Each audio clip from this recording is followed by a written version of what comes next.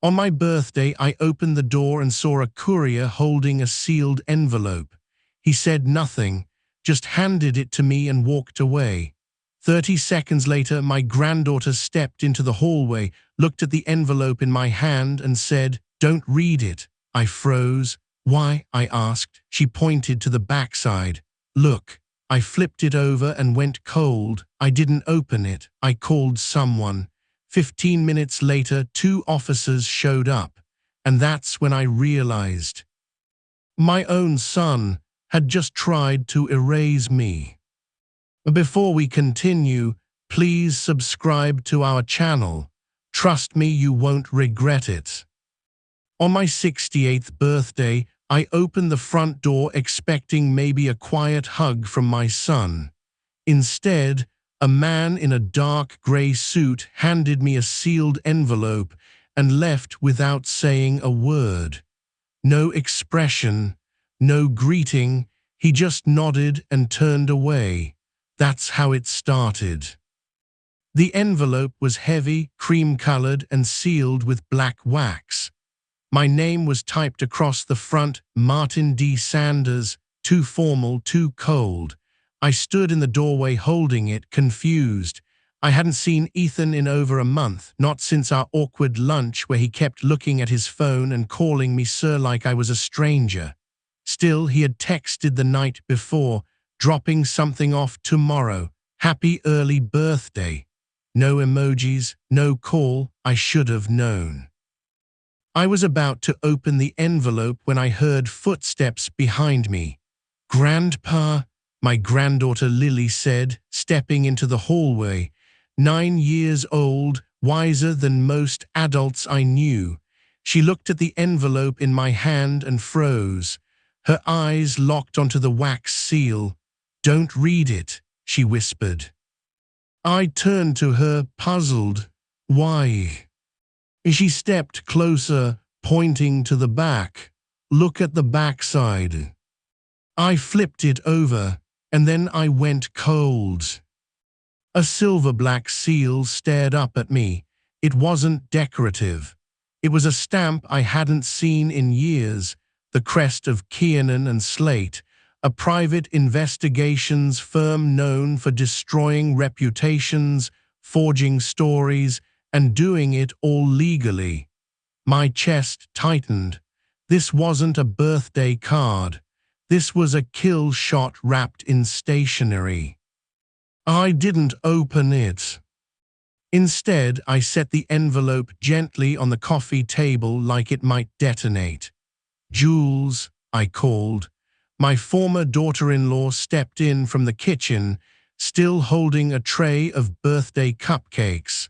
"Call Detective Ruiz. Tell her I received a hand-delivered document sealed by Kiernan and Slate. I need someone here within the hour."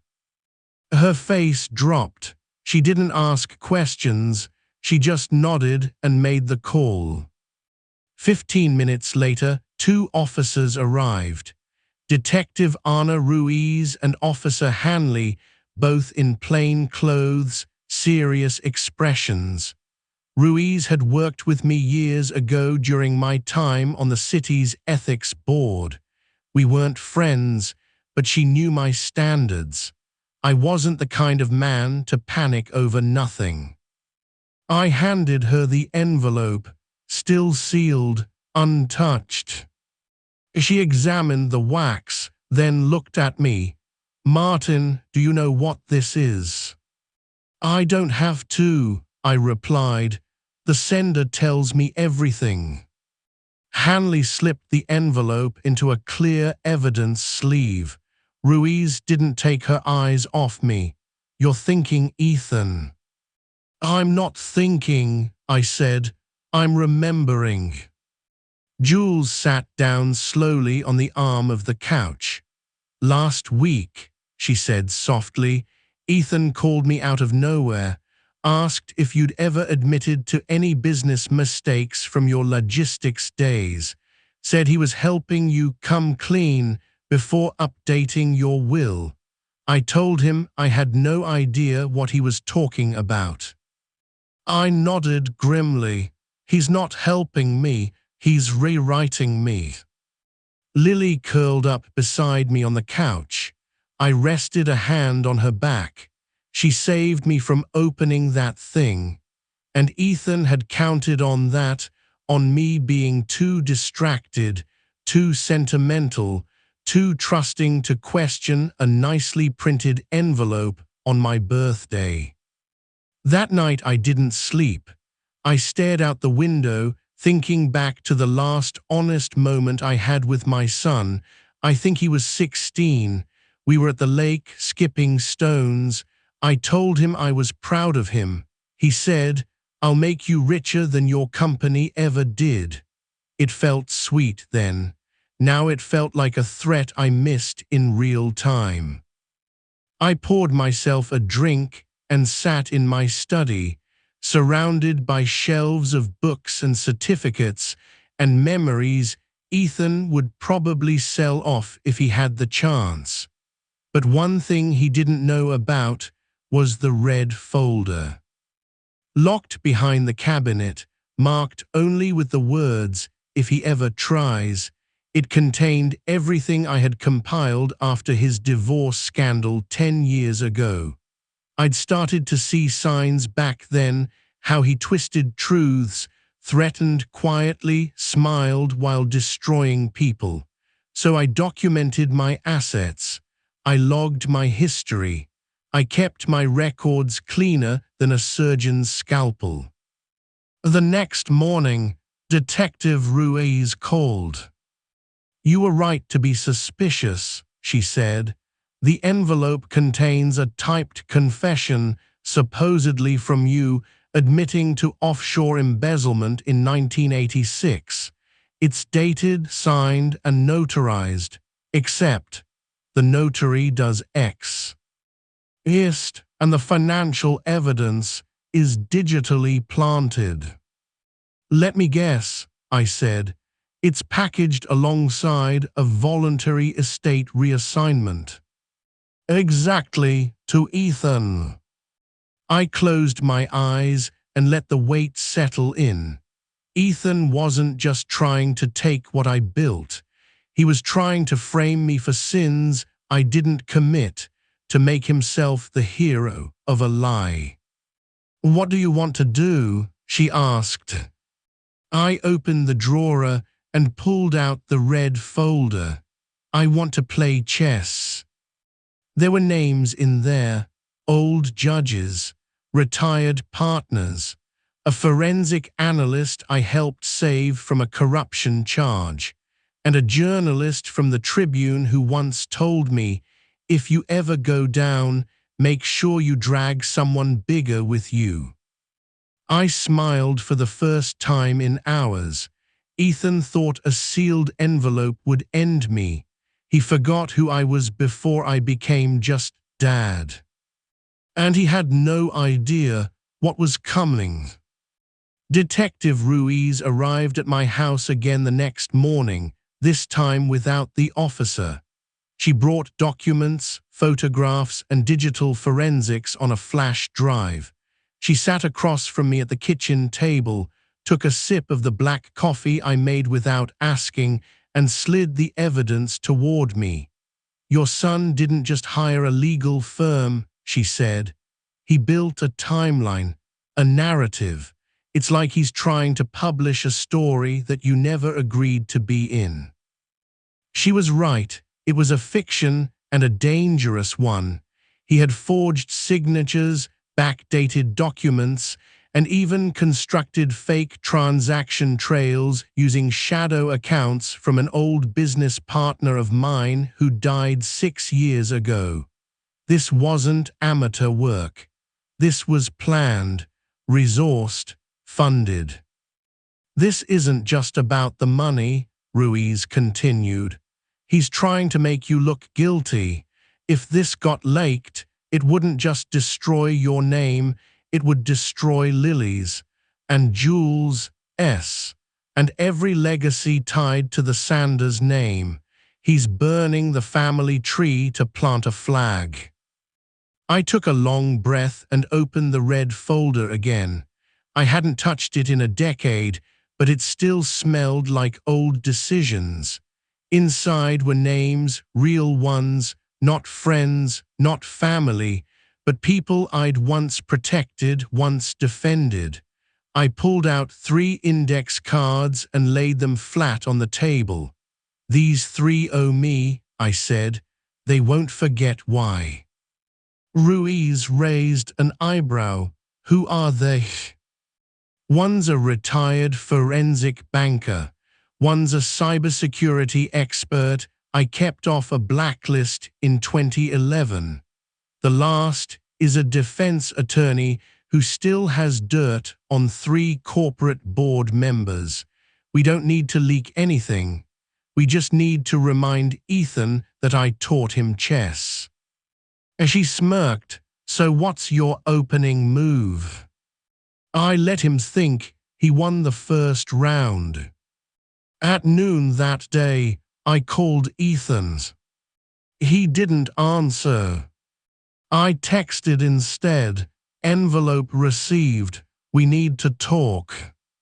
He responded within 3 minutes, "Glad you're thinking clearly, dinner tonight, my place." That text said everything. He thought I was panicking. He thought I was folding. Jules and Lily sat with me on the porch as I watched the sun drop behind the neighbor's hedges. "Are you really going to his house?" Jules asked. "Yes," I said, "but not alone." I wasn't bringing a weapon or the police. I was bringing history. At exactly 6:55 p.m., I pulled into Ethan's circular driveway. It was the kind of house you buy to show people you made it. Too many windows, too little soul. His wife, Miranda, met me at the door with a forced smile. "You look well," she said, wearing a silk blouse and too much perfume. "I've been better," I said calmly. Ethan waited in the dining room, standing at the head of a long glass table. A bottle of wine was open. 2 glasses were poured. "Glad you came," he said, motioning for me to sit. "We can finally clear the air." I sat across from him and looked around. Framed degrees, expensive art, minimalist decor, but no family photos, no warmth. "I received your envelope," I said, tone even. "Quite the gift." He didn't flinch. "I thought it was time we documented things properly, clean the slate." I raised an eyebrow. "Is that what this is? House cleaning?" He leaned in. "Dad, the past catches up eventually. Better to control the narrative than let it consume you. Sign the confession, transfer the accounts, and everything stays quiet. The press never hears a word. Lily never sees your name in a headline." There it was, the threat, smooth, polished, and rehearsed. "I see," I said, folding my hands. "And what if I do?" He smiled just slightly. "Then I release the package to the Tribune on Monday. The forged bank statements, the backdated contracts, everything. I'll frame it as a remorseful confession you shared privately before deciding to do the right thing. Your choice, really." That's when I placed my own envelope on the table. He looked at it. "What's that?" he asked. "A counteroffer," I said. He opened it. Inside was a single typed sheet, a scanned image of the original deeds to all 3 Sanders properties, my company's patent documents, and a statement from a Fawns Ike analyst confirming metadata manipulation in the files Ruiz had taken into evidence. "This is a reminder," I said, "that while you were busy fabricating history, I was preserving it. His expression shifted, slightly, tighter jaw, more blinking. You think this protects you, he said, voice lower now. No, I said, it buries you. Unless you withdraw every false document, erase every trace of your fake narrative, and issue a legal admission of attempted fraud. In writing. You're bluffing. I smiled. Your bluff came in the mail. Mine comes with fingerprints.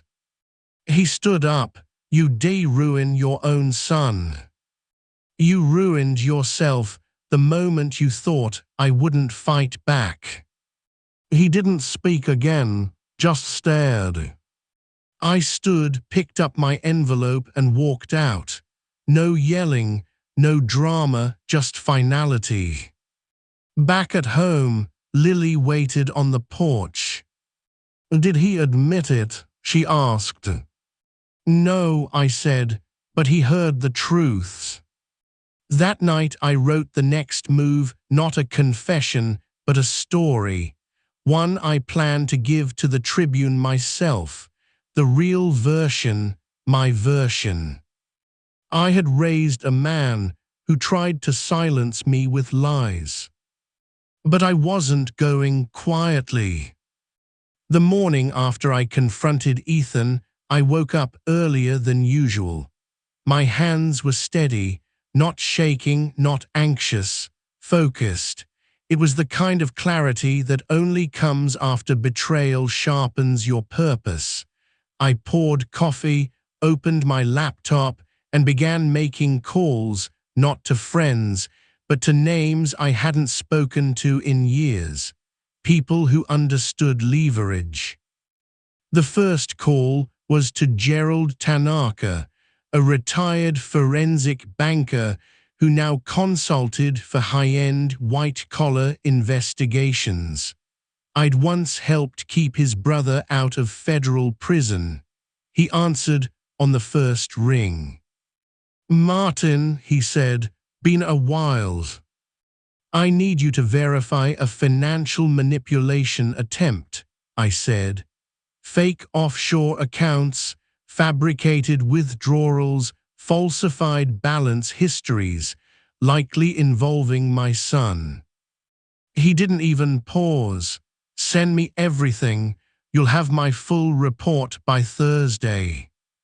The second call was to Renee Maddox, cybersecurity expert. I defended her when she was wrongly blacklisted from a federal contract a decade ago. She owed me. I need metadata scrubbed and matched to an IP, I said. Need to track who modified fake files pinned to me. I'll forward you the police copy. She exhaled. If it's who I think it is, I'm in. The third and final call was to Julius Barron, a high-profile defense attorney I'd once helped secure evidence for in a corruption scandal. He didn't owe me a favor, he owed me his license.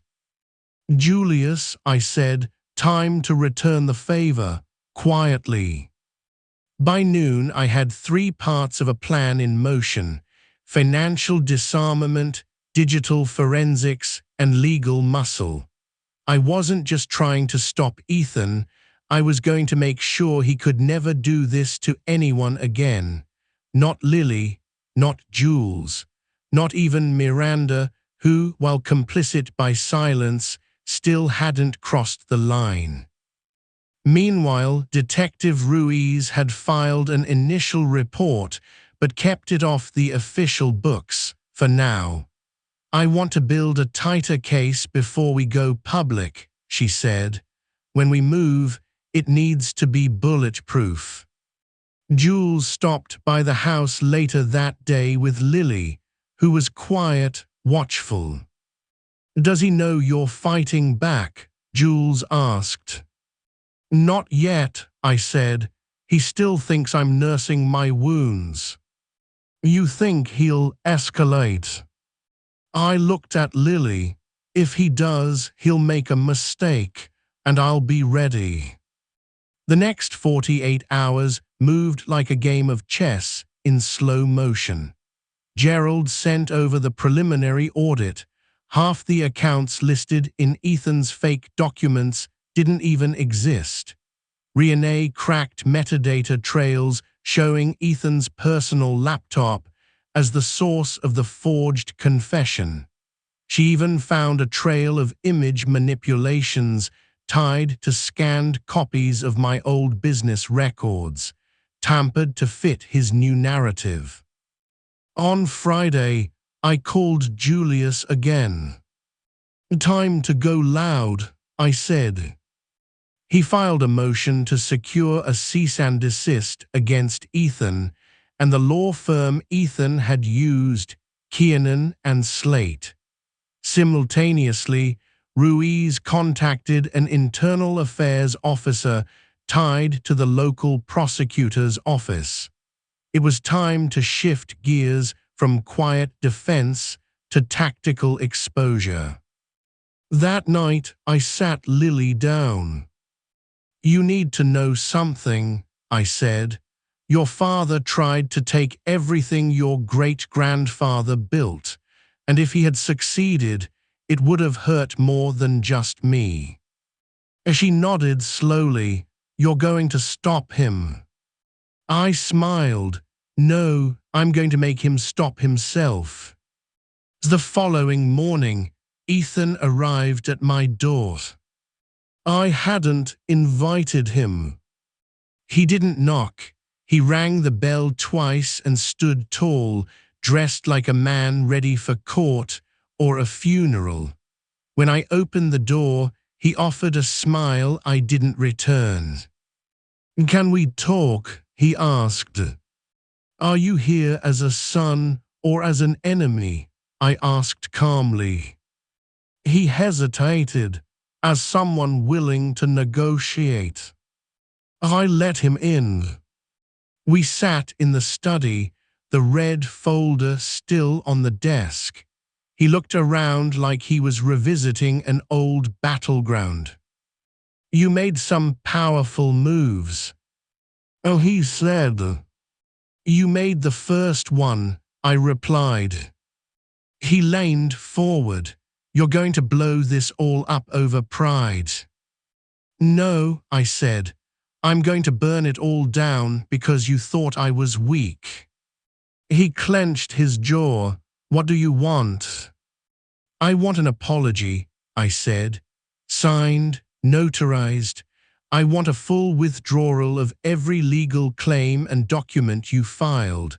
I want Kiernan and Slate disavowed, and I want your legal rights to any Sanders asset formally rescinded. Then I'll consider not filing criminal charges." He laughed once, quiet and bitter. "And if I do?" I slid a second envelope across the table. "That's a pre-release dossier prepared for the Tribune, the Sentinel, and the State Bar. Inside is proof of your document fraud, digital tampering, and the private recording you made threatening me. Yes, I found that too." His face dropped. "I give you 48 hours, I said. "After that, the only thing you'll inherit is the headline." He stood, but slower this time, less arrogant, more unsure. "I never thought it'd come to this," he muttered. "No," I said. "You thought I'd let you win." As he left, Lily came into the room. She watched him go, eyes sharp. "Was that his last chance?" she asked. I looked at the clock. 47 hours left. The clock had started ticking, and I had no plans to stop it. 47 hours later, I hadn't heard a word from Ethan. Not a call, not a text, not a legal notice, just silence. The kind that settles before a storm or before someone makes the biggest mistake of their life. But I wasn't waiting, I was preparing. Detective Ruiz had moved my case up the chain.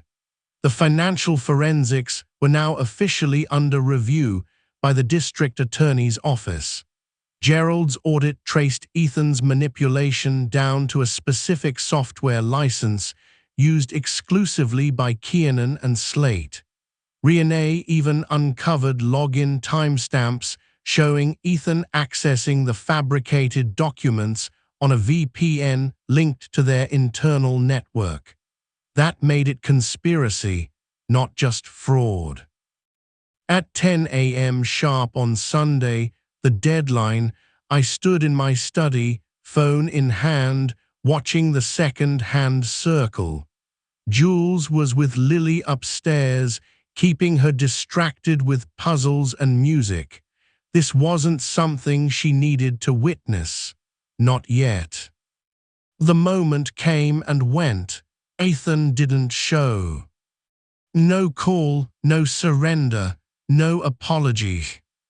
At 10:01, I texted Ruiz one word: release. She responded with a thumbs-up emoji. Just like that, the fuse was lit. By noon, the first article hit the Tribune's website. Asterisk, local business, heir accused of forged confession plot against his father. By 2, it was trending. The story was airtight: notarization fraud, metadata proof, clear financial intent, and even partial statements from the independent audit. I hadn't spoken directly to the press, but Julius had offered just enough information to make them dig further. They were good at that. By 4, the State Bar announced an emergency review into Kiernan and Slate's licensing credentials. At 6, they released a statement: we were misled by a client whose true intent was hidden from our firm. They threw Ethan under the bus within hours. By dinner time, my phone rang. Blocked number, I picked up anyway. His voice was trembling. You didn't have to go public. Yes, I said, I did. You gave me no choice. There was silence on the other end. Then, I could lose everything. You already did, I said. You just hadn't noticed. That night I poured a glass of whiskey and stepped out onto the porch. The air was crisp, the kind of autumn chill that made the sky feel wider. Lily came out and sat beside me. Did it work? She asked. Yes, I said. It's over now. She leaned against my shoulder. You didn't yell, you didn't fight. I did, I told her. I just chose a different weapon. The next morning, the fallout began. A video leaked, surveillance from a hotel lobby where Ethan had met with a consultant weeks prior. The consultant turned out to be an ex-Kiernan associate with a history of document laundering. The footage was damning. Julius called me mid-morning. They're preparing charges, he said. Attempted estate fraud, digital impersonation, tampering with intent to defraud. Good, I said. Later that day, Miranda showed up at my door. She looked worn down. No makeup, no performance, just a woman who knew the fantasy was collapsing. I didn't know, she said, barely meeting my eyes. I thought he was just being dramatic. He tried to destroy my name, I said, for a narrative he could control. She nodded. I'm leaving him. I didn't respond. I didn't have to. Some things fall apart on their own.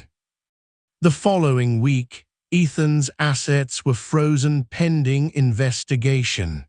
His consulting business went dark. His face vanished from local TV segments and charity pages. The man who once boasted about legacy was now being erased from it. One article, one headline, one silent hour at a time. Ruiz called with one last update. The delay has inaugurated. To indict, she said. If you want to press forward, we'll support it. Or we can accept the collapse he's facing and let him sit in it. I didn't answer right away. I looked around my study, the quiet order of things that mattered. My name, my work, my life, still here, still standing. Let him sit in it, I said.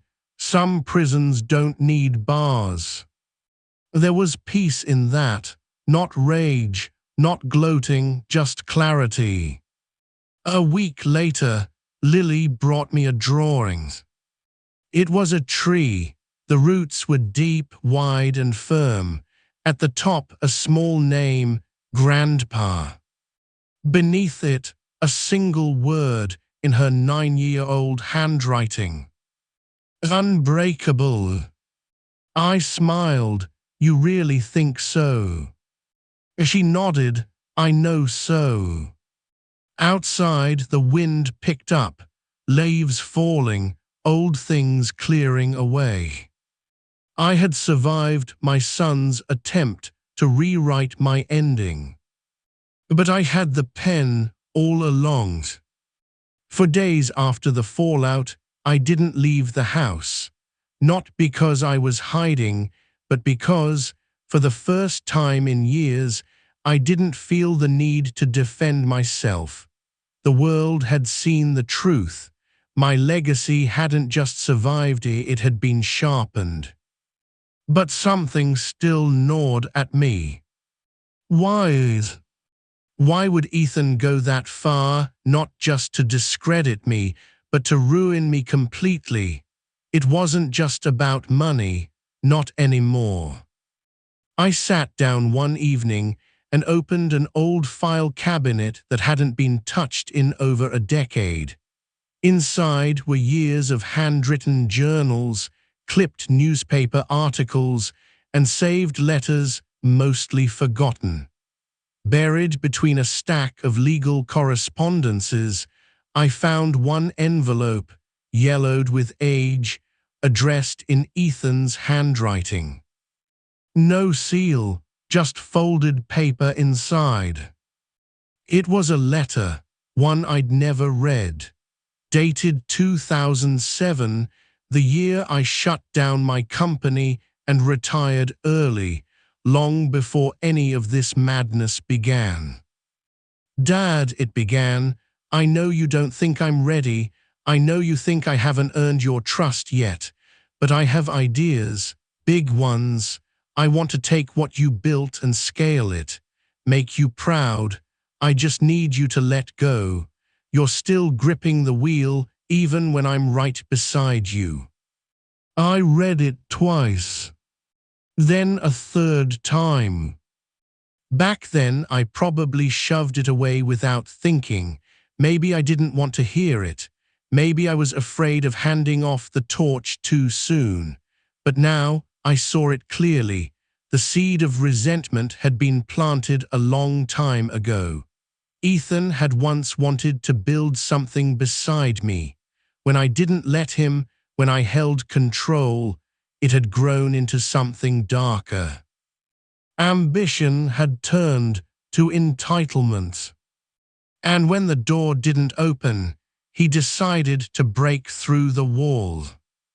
The tragedy wasn't that he hated me. It was that, for a long time, he just wanted to matter, and I'd missed it. Still, that didn't excuse what he did. I sat back, thinking of Lily, of Jules. of the people he'd nearly hurt to take what he thought was owed. The next day, I drove out to visit my old attorney, Meredith Klein. She'd been retired for 5 years, but kept an office in her garden-facing guest house. "I'm not here for legal action," I told her. "I'm here for closure." We sat outside, the breeze soft against the glass. She sipped iced tea and nodded as I explained everything. When I finished, she leaned forward and said, "Martin, sometimes legacy becomes a curse when we don't let people inherit failure along with success." That line stuck with me. Maybe I'd protected Ethan too well, too long. Maybe I had built him into someone who only knew two paths: win at all costs or lose everything. And when you raise someone who fears failure more than they respect consequence, you get a man who sends forged confessions to his father. Back at home, I sat with Jules in the backyard. I read the letter, I told her. She didn't have to ask which one. "Do you think he's always been like this?" she asked. "I think he started with good intentions," I said, "but he mistook control for love, and I mistook silence for peace." She nodded slowly. "So what happens now?" "He faces what he created, and I protect what I have left." We both looked toward the house, where Lily was inside drawing again.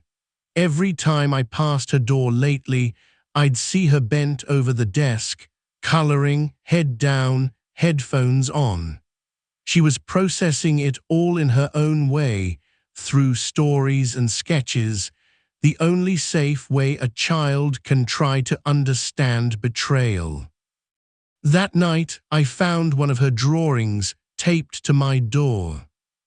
It was of a giant tree, roots stretching into the earth, branches wide and holding people. But one figure had fallen, a stick figure, dark and bent, slipping from the edge. She had written 2 words underneath it. "Still standing." It broke me for a moment. The kind of quiet emotion that doesn't make a sound but fills a room like thunder. I realized then revenge was complete, not because Ethan had been destroyed, but because he could no longer rewrite the story. I already had. Over the next few days, I made moves Ethan didn't expect. I updated my will, cutting him out entirely, not punitively but permanently. I made Lily the sole beneficiary, with Jules as her guardian and executor. I transferred all documents, copyrights, and original blueprints of my former company to a non-profit archive, dedicated to young entrepreneurs who never had a legacy to inherit. And then I wrote a letter to Ethan. Not to forgive, not to provoke, but to finish it. "Ethan," it read, "I won't let your final act be the story you're remembered by. That's mine to decide. You once wanted to matter, you could have. I wanted that too. But you chose a shortcut, and shortcuts only ever leave you lost." I mailed it without a return address. He would know it was from me. And when he opened it, there'd be no threat, no confession, just the final, quiet line I wrote for him. "This legacy no longer belongs to you." The pen was back in my hand. And this time, it wouldn't be dropped again. Weeks passed, The headlines faded, the reporters moved on, and slowly so did I.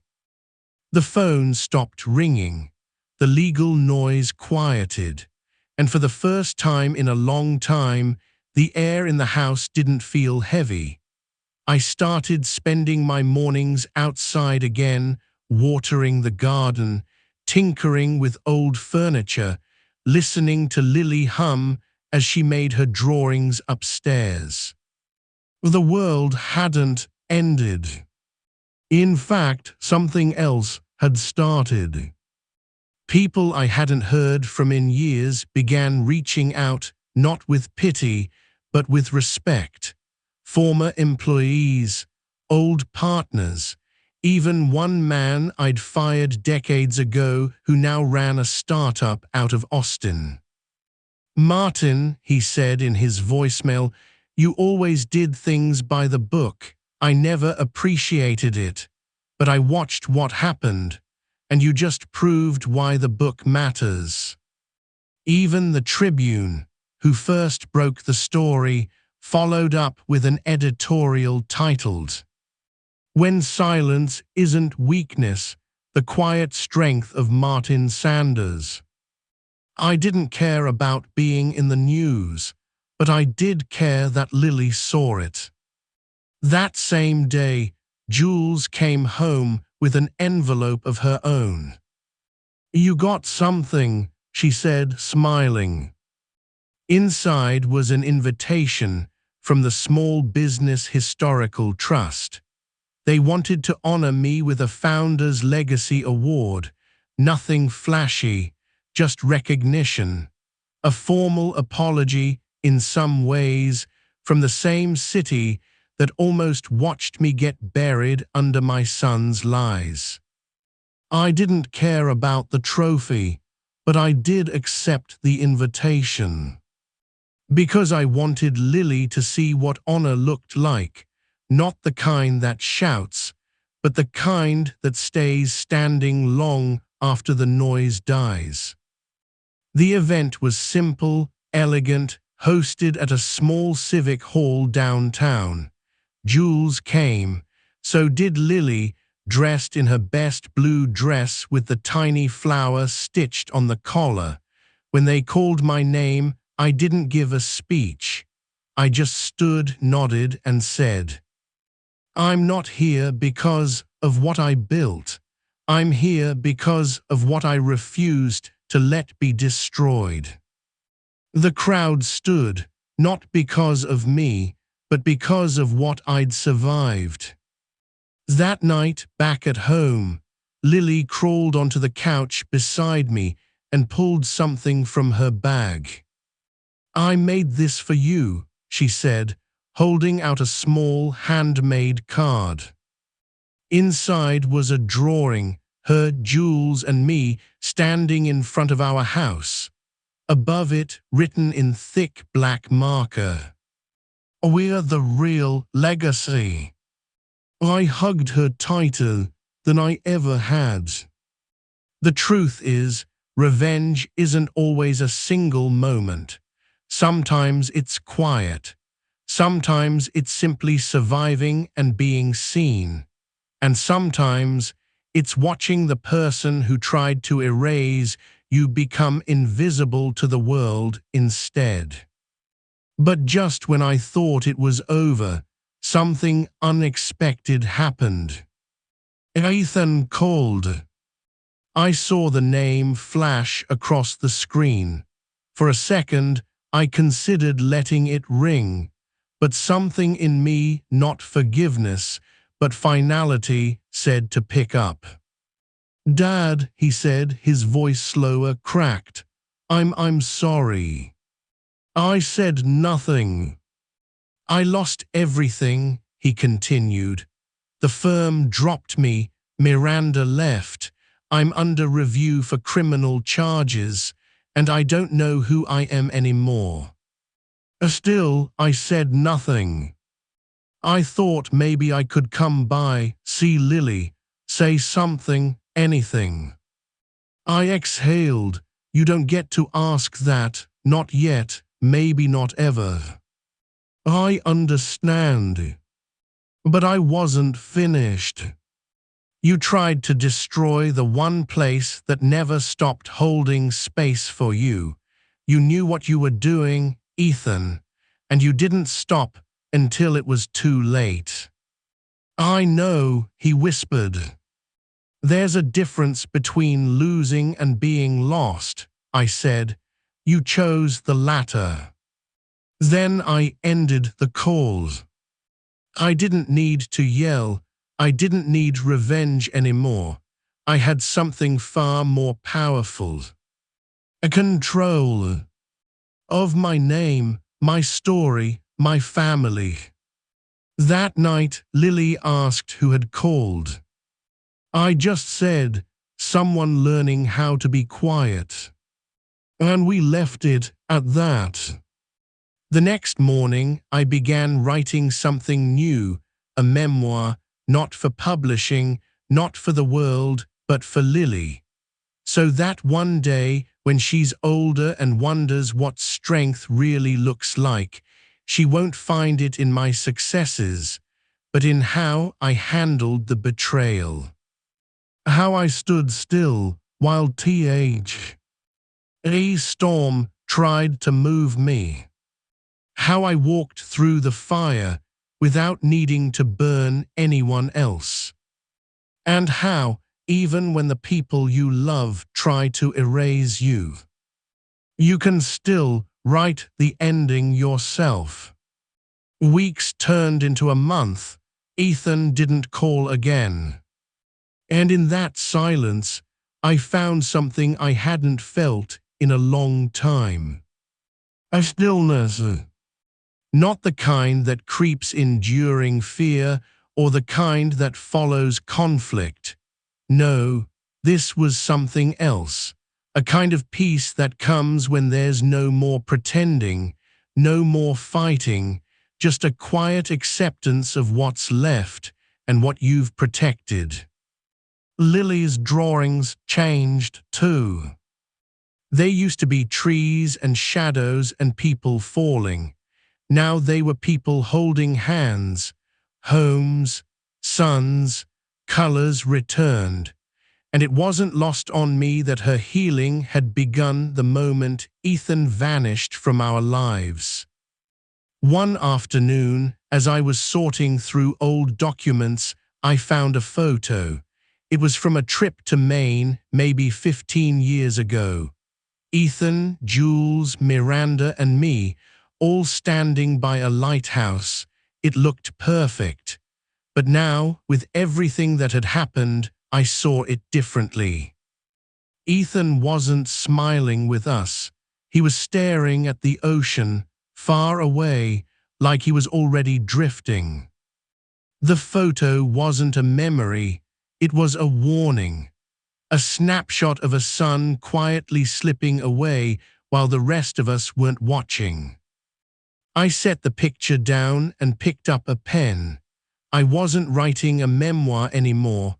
I was writing a manual for Lily, for Jules, for whoever might one day sit where I sat and ask themselves, how do you survive being betrayed by the people you love most? The first line I wrote was simple. Don't match their fire, outlast it. The second, silence isn't surrender. Sometimes it's the sharpest weapon you have. And the third, your legacy isn't what you pass down, it's what you protect. It poured out of me. Everything I'd buried, everything I'd wanted to scream at Ethan in that room the day he pushed that envelope across the table. Every word I couldn't say while my hands were trembling with anger and restraint. But now I could say it all without hate. Jules came in later, holding 2 cups of coffee. She sat across from me and asked, do you regret not pressing charges? I thought for a moment. No, I said, Because he'll live in that silence forever, and I'll live in peace. She nodded. He'll never come back, will he? I don't think he can, I said. Not because I won't let him, but because the man he used to be doesn't exist anymore.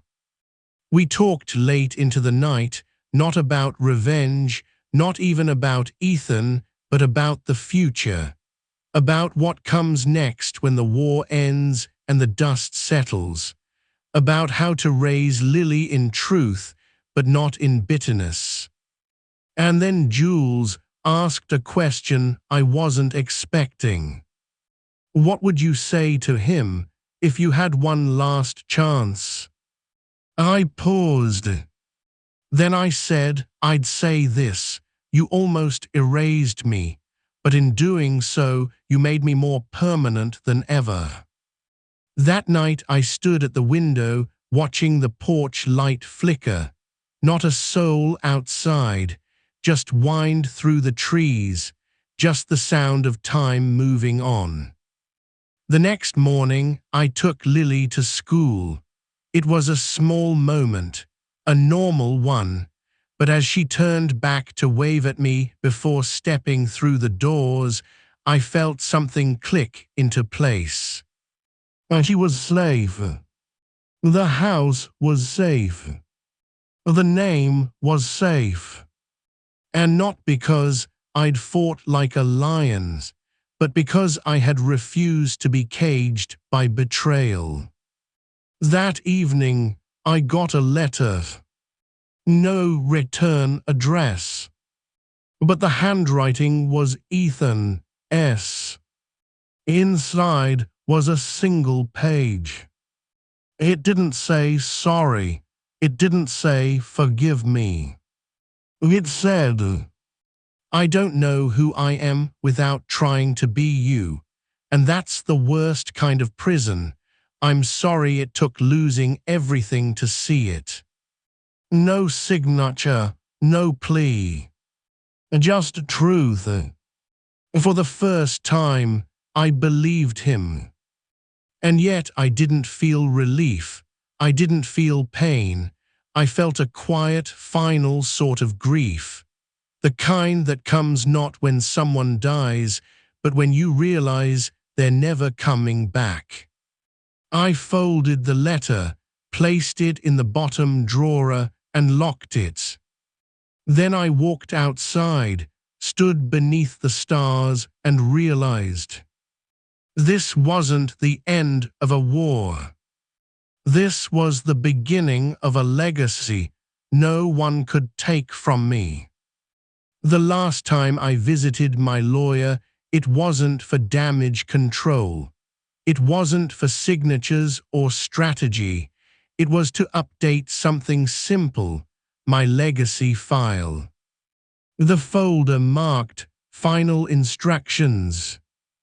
Jules came with me. Lily stayed home, coloring in the sunroom, surrounded by safety and crayons. She no longer drew shadows. Inside the lawyer's office, I placed a fresh envelope in the file.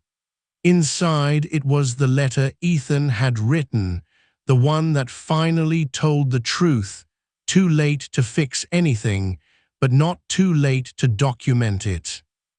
I wanted it there, not for revenge, but for the record. Just in case someone ever tries to rewrite this story, I told the lawyer, they'll see the truth in his own handwriting. She nodded, understanding. After we left, Les and I took a drive, no destination, just the open road, and silence, but the good kind. When I was young, I told her, I thought revenge looked like punishment. Now I know it just looks like moving on. She smiled. You didn't burn him down, you just made sure he couldn't burn you. Exactly. That week, Lily's school asked me to speak at a heritage event. They wanted grandparents to talk about what legacy means to them. Most people told sweet stories about recipes, heirlooms, traditions. When it was my turn, I stood at the front of the classroom and said, "Legacy isn't what you leave behind. It's what you refuse to let be taken." The room was silent. Then a single clap. Lily. Followed by the rest. On the walk home, she looked up at me and asked, "Will I have a legacy?" I stopped, knelt beside her, looked her straight in the eyes. "You already do," I said. "You're the proof I was never erased." That night, back at home, Jules framed one of Lily's newest drawings. It was of a tree again, but this time the roots held words inside them. Strength, truth, stillness, grace. And right in the center trunk, drawn in a small bold heart, love. I smiled, knowing it would be the last drawing I ever needed to hang on my wall. Because in that moment, the story wasn't about Ethan anymore. It was about survival. It was about writing your ending after someone else tries to steal your beginning. And it was about the kind of revenge that doesn't come with fire, but with peace. The envelope never got opened. But the truth, it unfolded anyway. If you've ever felt erased by your own blood, remember this: your silence is strength, not surrender. I took mine back. You can too. Subscribe, because your voice deserves the last word.